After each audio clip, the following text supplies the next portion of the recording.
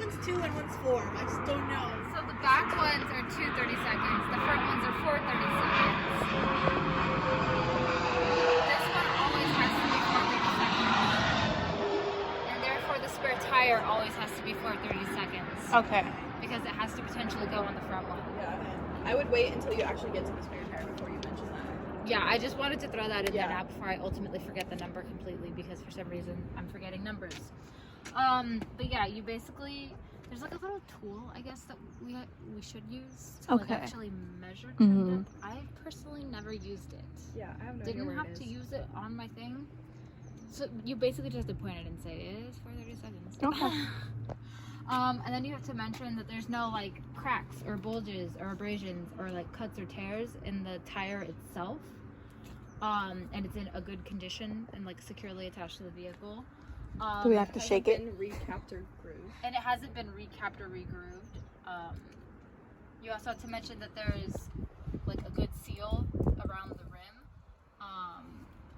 All of the lug nuts are present, even though these are technically like covers.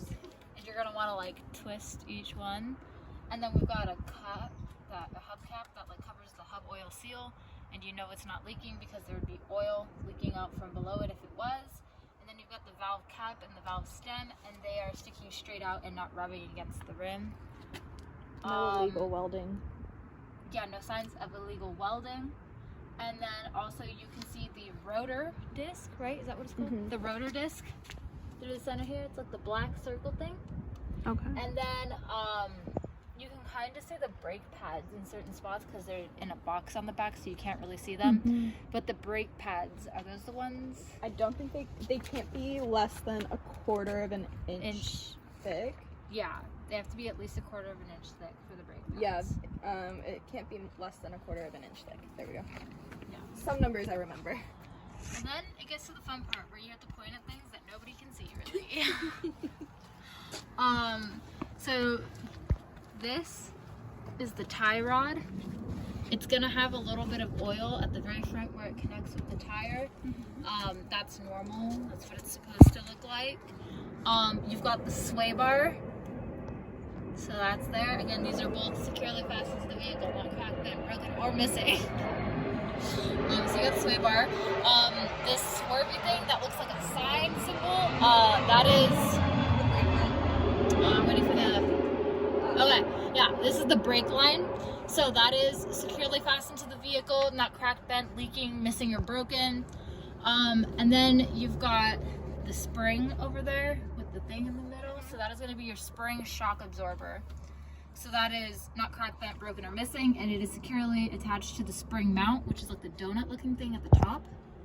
And so that is also securely fastened to the vehicle, not cracked, bent, or broken, or missing. And it would also be a good idea at this point to kind of just point out the general like frame of the body, which is like right there, and you're kind of just like, it's not like rusted or like cracked, bent, damaged in any obvious way. It's in good condition. And I think that's everything for under the front wheel. What did you say this one was called again? The one with the oil by the tire? The tie rod. Tie rod. T-I-E rod. Yeah. Okay. Yeah. Because you might think tire rod. Yeah. And no. The tie rod. You failed. No, that is not it. And then at this point, you kind of be like looking at the condition of the frame of the side of the van. It's in good condition. It's not cracked, bent, broken, or missing. The windows securely fastened, not cracked, bent, broken, or missing. You know, passenger side window, not cracked, bent, broken, or missing. Securely fastened.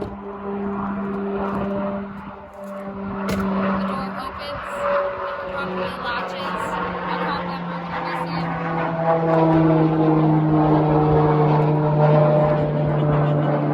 Rude. You could also at this point like demonstrate like the passenger side seat is securely fastened to the vehicle. The seat belt, you know, buckles in. It's not like cut or frayed. There's no abrasions. It's securely fastened. It is securely fastened to the vehicle. I got yelled at about that for my first test. Not yelled at, but I was told that I need to make sure I say that. Oh. I didn't unlock this door. Error. Error. This door, so open, latch securely when they're closed. I'm not going to do all of the seats because none of us have time for that, but you know, securely fastened to the vehicle, seatbelt, buckle it in, no cuts or abrasions, securely fastened to the vehicle.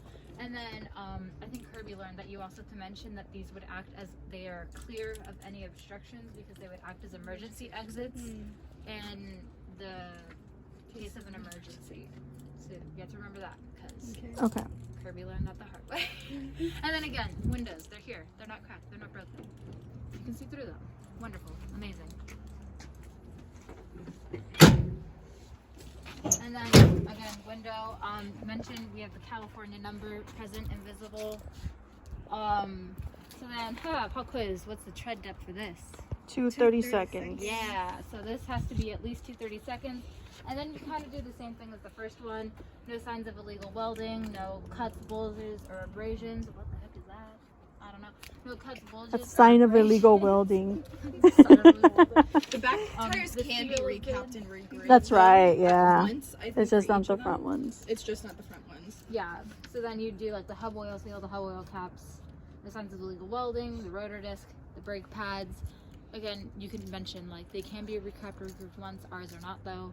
And then, you get the spring leaves. They're those things that are stacked. Oh, those right there. shelves? Yeah, they're like stacked on top of each other and they're held in place by the things I don't remember, so I don't know if I put a name for them in there. But they're basically part of the like suspension system and they need to be properly stacked on top of each other like this. You need to mention that none of them are missing, none of them are cracked, bent, or broken, and none of them are like splayed out. Okay. So they need to be like that. Because yeah, there are like mounts over there and then there's clips. I don't know if we necessarily needed to exactly say that though.